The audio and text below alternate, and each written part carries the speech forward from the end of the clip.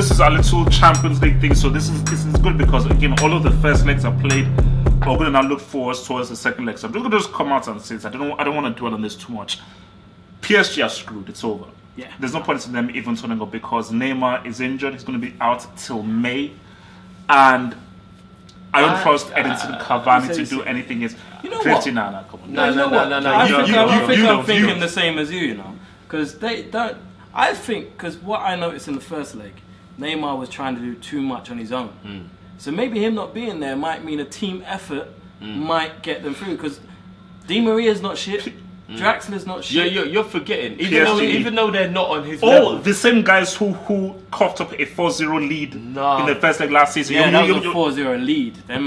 You've got to remember, Draxler and Di Maria are no mugs. It ain't like the player coming in is some like... Danny Welbeck. He brought it back. I think a player like Draxler or a player like Di Maria, who's a more team-based player, and the team will kind of be more like, you know, the camaraderie will be. It won't be like, I'll give it to him and let him do it. It will be, let's all do this. They could do this. But guys, I don't think they will. No. I think they have a chance. I don't think. No. You do realize that Real Madrid are out of Copa del Rey. We do realize that they can't win La Liga anymore. This is their last chance for any silverware. Of course. But this is what I said. They're not going to mess this up. This is what I said. A need to win usually outweighs a want to win. And Real Madrid need this. That's it. Do you know what I mean? So I think this will be Real Madrid. What if that need makes them put too much pressure on themselves? Well, the pressure is on PSG. It's Real Madrid, and they don't relax and they don't play their game, and PSG pick them off. The thing is, PSG cannot concede a goal. They cannot afford to concede a goal. So all of the pressure is on PSG. Real Madrid don't really They might have just much come out. Could you imagine? And Real Madrid play very well. Football's a funny old game. You know? Early goal either way in this game. Let's say PSG do what Juventus did to Tottenham. Home team, they're just up for it. 2 goals in 15 minutes. All of a sudden, do you think Real Madrid will realise how bad they've been this season and capitulate, or could it motivate them? Because it could go both ways. And if it goes the first way and they start thinking, shit, and the pressure gets to them, PSG could end up winning it 3 or 4. No. Do you get what I mean? So you never know. For me, I just believe that Real Madrid, based on their experience of the competition that PSG don't have, and them knowing how to get through these games, whatever situation happens, whether they're behind, they will know how to regulate and just say, okay, now let's get Cristiano that ball in space. Modric starts regulating, starts controlling the midfield. But they haven't been doing that in the league. No. But that's what I said to you. Trust me, like, but you can't switch that's it how on. football. You can't switch it on. That's what they can. That's what they've done. Like, not really, because in 2012 the group stages, Chelsea. they weren't really that good. 2012 Chelsea. No, 2012. No, but I'm just talking about Real Madrid this season. They haven't really been switching it on and off. They weren't that good in the groups. Dortmund was just terrible. Yeah. Let's be honest, Dortmund well underperformed to what everybody thought they would. So I don't really necessarily think they have been like switching it on and off depending on the competition. I just think they've been kind of poor all year. Yeah. And they're 2 goals. The second and the third goal, they were lucky goals. It wasn't like they just dominated. And I think it could be a blessing in disguise for Neymar to not be there, as Devo said, for them to be a bit more team-based. Draxler comes in, or Di Maria comes in, or whatever, and they think, do you know what, guys?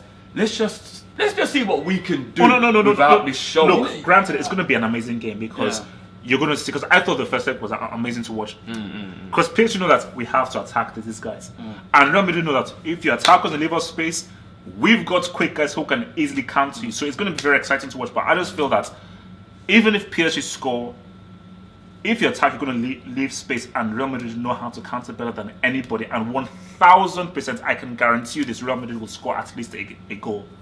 They will score at least 1 goal.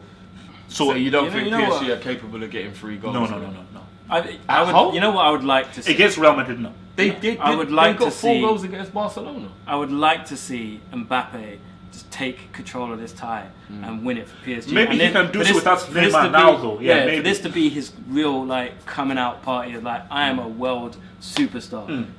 I would love to see that. Some of those Monaco finishes from last season. Just to see Mbappe really just take the game by the scruff of his neck and say, look, I've arrived. This is the stage for someone like him. I would love to see that. I don't think it's going to happen. Like I said, listen, Neymar missing is massive. It's like taking Ronaldo out of thing. It's like taking Messi out of Barcelona. It is. It's a huge loss. But do not sleep on the fact that their strike force will still have Cavani, will still have Mbappe, will still have Di Maria or Draxler, depending on who he plays. Still has a great midfield. And that, listen, I do not know what's going to happen. But I tell you what, even if Real Madrid progress, PSG win the match. Regardless of what the aggregate score is, PSG win the match. Because I think Real Madrid will score, and that will be the difference between. No. Yeah, I agree with you. Like, I think that it could be 2-1 PSG. Yeah. But Real Madrid go through still. So I'm just saying, don't sleep on the idea of PSG doing this though. No. Okay. So I say Real Madrid are going to go through. What do you? I say Real Madrid. I think Real Madrid. I will say Real Madrid using common sense. I'm just saying, don't write off Paris Saint-Germain. All right. So okay. Tottenham, Juventus. Yeah. I said before when we did our chat before, Tottenham will score goals over there, and that will be what gets them through. Because I think they will beat Juventus at Wembley. I think they will be too strong for Juventus. I smell a 1-1. I think Tottenham will beat them. I think Tottenham will beat them. I wouldn't be shocked if I'm not going to say they'll beat them like easily, but I think they will beat them whether 1-0, 2-1, whatever. It's like for me. When I just look at Wembley, the pitch, the spacing that's there, the players missing from Juventus, it's hard to think of an argument of how Juventus can come through this, because Tottenham, I think they can beat them. I think they can beat them. So I think.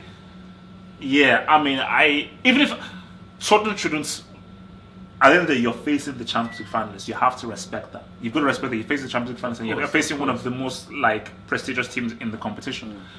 So, but for me, I don't know how Juve will cope again with Kane, Eriksen, and all, because I think Tottenham are going to come out and try and score against them. So, that could be like a 2-1. I think Tottenham will have too much in terms of just getting in Juventus' face, making it hard for them. Much like what Juventus did to Tottenham in Turin, I think Tottenham will come out of the blocks quickly, proper fast. And I think the difference will be Eriksen and Kane. I think they will be the two that will make the difference. I think one thing that people underestimate Tottenham, and I got to watch it live at the stadium. They are fucking amazing at controlling midfield. I don't think people give them enough credit. Dembele is top 3 in his position. They did it to Arsenal, they did it to Man United, and they did it to Liverpool in a row. Those games weren't even spaced out. They did it in a row. They said, we're going to control you, we're going to control you, and we're going to control you. Then they went to Juve, and even though that crazy first 15 minutes, they then did it to them in their own ground. They are so good at controlling the middle of the park. And tactical fouls. So good that I don't even see a way for Juventus to get into this game, really. So I think they might score a goal, and that's why I'm saying don't be shocked at a 1-1 draw, maybe. Like Tottenham score first, and then Juve just get a goal right at the end of the game, but then go through on away goals or whatever. But I think Juve will control this game too easily.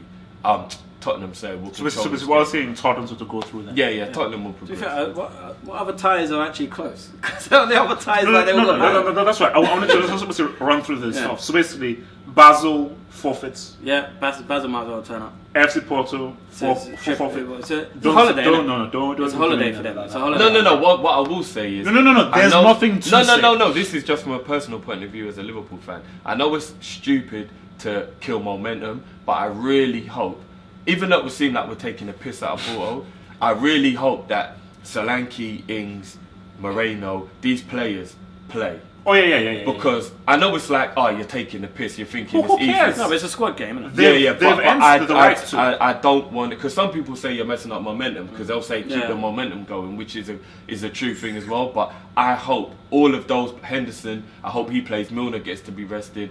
I hope that the fringe players, because if we have to rely on these guys at some point, they've got to get used to this. Ings and Solanke need to know what it's like to play in a Champions League game in case they have to for real. So I hope Klopp rests every one of the mainstays in the team. Oh no, yeah. I'm sure Karius is the only one who I'd play in this game. I thought Mignolet was the cup keeper. No. Mignolet needs to never play again. Wow. Okay, so So again, Bayern Munich against Besiktas. That's done. That's done. The only other one is Chelsea Barca. Yeah, okay, so Shakhtar Donetsk. Oh yeah, Shakhtar and Roma. Yeah. Roma win that. I'm really impressed by Shakhtar.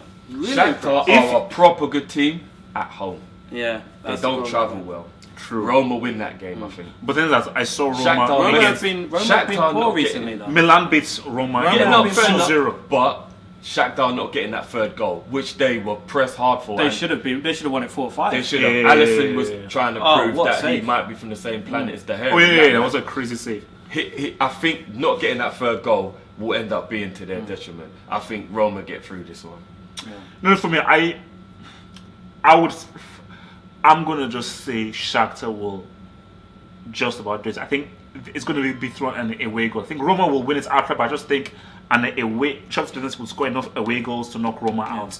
It's gonna be close. Yeah, it's gonna be close, but I think Shakhtar will go through. I have a feeling Shakhtar. I say Roma. I think Roma. I think Shakhtar in the first leg they showed so much. Like they're very quick. Very quick. Remember they've beaten Man City this season. They've beaten Napoli this season. Yeah, very good team. Very good team.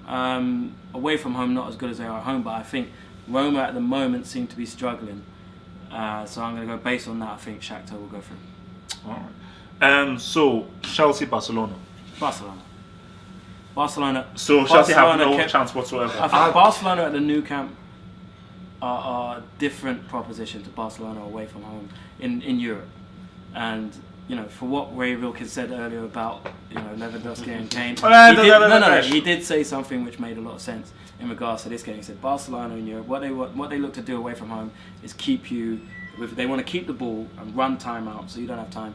Keep it as tight as possible. When you get back to Nou Camp, they will go all out and just destroy you. And that's exactly what they did. Yeah. They kept it tight, got the 1-1 draw, they got their away goal, and now they go to the Nou Camp. Chelsea are going to be in for a tough night. And I think Barcelona will beat them by 2 or 3 goals. I wouldn't be shocked if Chelsea score and make it a bit edgy though, because Chelsea seem to be able to elevate their game when they really have to. I think I've seen from Chelsea that's what I was just going to say. I think from Chelsea what I've seen is individuals raise their game. The individuals Hazard and Willian. Exactly. So unless they do that again, I can't see Chelsea. Which can happen. It can happen, but I think you need more than individuals to beat a Barcelona. You need the whole team to be on point. Yeah, I just think for Barcelona, like the only games in which they've drawn or lost, I believe, have been away from home. So at home they've been ruthless. And I think for Chelsea, defensively they're shaky. Even if like Christensen, Rudiger and Aspilicueta have actually been pretty resolute. And I just think that like the only way, I'm just trying to play devil's advocate and look at the other side of the coin now. Hazard has to have like the game of his life. Where literally he's totally running in the game, and him and Willian are just creating situations and possibilities. That is a possibility. How about this? Giroud off the bench. No, I say start with Giroud. 88th minute corner. Man rises his hair. Like you can't play. Smiles for the camera. In my opinion, takes his shirt off. Everyone's like, ah! I said it after the first leg finished. I would actually play Giroud and one of the other players up front with him, like whether it be Hazard or Willian, whatever, and have the two and just have them up there, and I would just keep missing midfield. I couldn't give a shit how unpretty the game looks. I'll just keep missing midfield. Just keep missing. Maybe even play Giroud and Morata and just keep missing midfield. If you play just Giroud, keep missing midfield. Umtiti's pretty strong in the air, but Giroud will most likely win most of those balls. He will. Like Giroud is like, what you need to do with Barcelona is you need to just play the total opposite. Especially against the Newcastle. That's why for someone like Giroud, if you're pumping balls in there, long balls, crosses in there, and you're just getting physical with them, that's something that's okay. Let's now, because that's you turn it into your game. Yeah, because remember in La Liga, nobody plays that in La Liga. In La Liga, it's all pretty short balls and the passes. So if you're doing something completely different, 5-3-2, and you have Kante in front, so he's almost a back six. Yeah. And then you just have Hazard and Willian joining in with Morata and Giroud, and just keep missing midfield. That's what literally they did in keep missing 2012. midfield. That's what Chelsea did in 2012. I'll be honest with you. I don't think Conte will, but that's what I would do if I was Chelsea manager. And I think you could disrupt the whole play of Barcelona by keeping the ball in the air with two very good aerial strikers. very good. If you get Willian and Hazard making the runs off them with the flicks, if you get Alonso and Moses putting crosses in, you could disrupt the whole flow of the match. That's what Chelsea have to do. Do not let Barcelona play football. This has to be tactical fouls, kicking the ball in the air. This has to be old-fashioned English. Get down the wing and cross the ball in. I won't lie, man. Drifties is making me view this game because like I was totally sold on Barcelona winning, but if Chelsea just take it to the streets, they won't play like thugged out to the streets. They won't play that. That's the worry they want. Everyone said Barcelona was going to destroy them in the first leg, and I told everyone, no, don't. No. I never said that. I said that I thought Barcelona would win. So it's good that it was actually 1-1. I thought they'd win, but I never thought that they'd outplay them. New camp, I thought, okay, they're going to really open them up. But again, it depends on what Conte does. Because Conte makes some stupid decisions, but if he could just do the right tactical way, like you're physical, you stop them from playing physical, tactical fouls, slow the game down, make it ugly. Which surely he's got to do that. It's Barcelona. You have to. Do you know what I mean? Yeah. You can't play them. You can't play them normally. You can't. That would be my tactics if I was Chelsea. Okay, so just to quickly run. So, who are your picks and your dark horses? So my pick. You're allowed one pick and one dark horse. Yeah. So my pick is Man City. My dark horse, even if you can't really call it a dark horse, is Bayern Munich. Because nobody's really talking about them. So I think I can call them a dark horse. And it's hard. I'll say my pick is Barcelona. Yeah. That's just a sensible pick. Yeah, no, it is. I don't even know how much I believe it. It's just a sensible pick. I just very feel good like defense, they probably man. are the best team this season. Very good defense, and then they've got Messi. So, and if they get past Chelsea, that'll be the proof. Because a team like Chelsea are the most likely to give them that problem tactically, I think, of all the other teams. All the other teams will just try and play, and they'll just batter them for the pure ability. My dark horse is my boys, Liverpool. I think we are.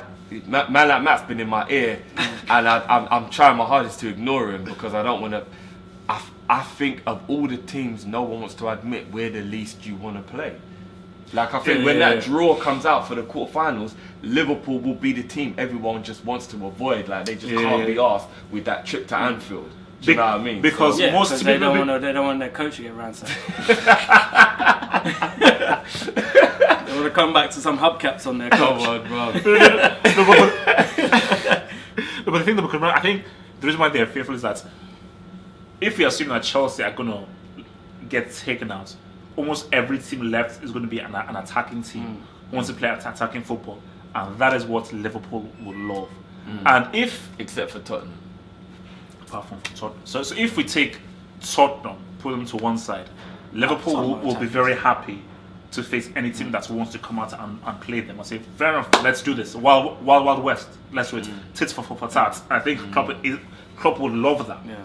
So for me, my favourites, I'm going to say Bayern. I think Bayern are my pick. Oh, favourites, okay. Yeah, I think Bayern are my pick, to be honest. I think that when I look at that squad, I don't see any weaknesses in that squad. I just feel like them, like Paris Saint-Germain, I think their league is so easy, they can't re-motivate themselves. You say that, but if you watch Bundesliga, it's not an easy league. The fact they win it by a mile, yes, but it's not an easy league. It's not easy. The way it is, every team in Bundesliga comes to play. Whether they're big, small or what, they come to win the game. They might get beat handsomely, but it's like I was saying to you, you had Augsburg at Dortmund in the 75th minute taking off a defender for a striker, trying to win the game. You never get that in England. Never. So I think Bayern Munich are very, very strong, and they are the strongest team in their league by a mile, but the league isn't weak. It's not weak, I just think they're just too good for the league. And my dark horse is Man United. Whoa! You know why? You know what, Man United? Yes, I'm going to say Man United. The reason being, with Smalling and Jones. Yeah, Mourinho in Europe knows how to play.